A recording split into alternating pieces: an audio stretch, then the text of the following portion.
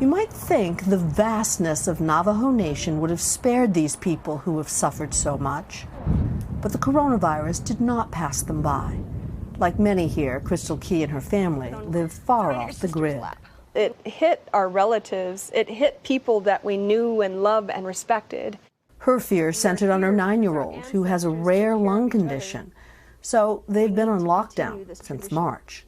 It has forced me as a mother to think about, how do I protect my children? It's a question many ask, but especially here, where the coronavirus has killed more people per capita than in any U.S. state. Pervasive health disparities, systemic poverty, and a lack of access to running water created a perfect storm for the deadly virus.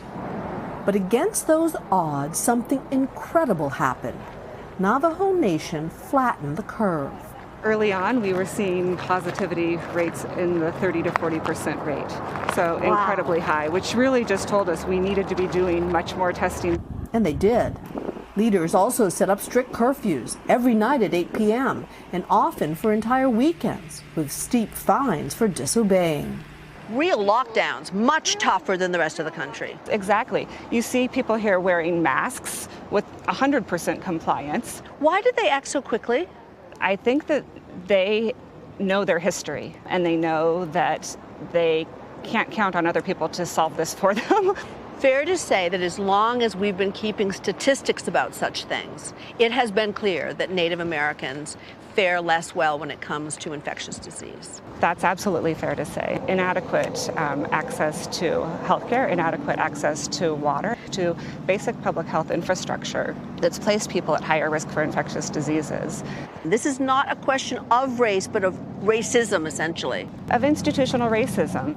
It's a history Councilman Eugene So knows only too well. And while he's proud that his people flattened the curve, he says the crisis is not over. This is serious. It's life or death. What should the rest of America know? That we're in a dirt world. We're still struggling right in the middle of the United States. Navajo Nation President Jonathan Nez hopes people see what happened here as a cautionary tale. Look at the Navajo Nation as a case study, you know. You're really saying public health guidelines really work if you do them. Listen to your professionals. I wish that the administration up in D.C. would do the same. Even the states around us would do the same. Cynthia McFadden, NBC News from Navajo Nation. Hey, NBC News fans, thanks for checking out our YouTube channel. Subscribe by clicking on that button down here, and click on any of the videos over here to watch the latest interviews, show highlights, and digital exclusives. Thanks for watching.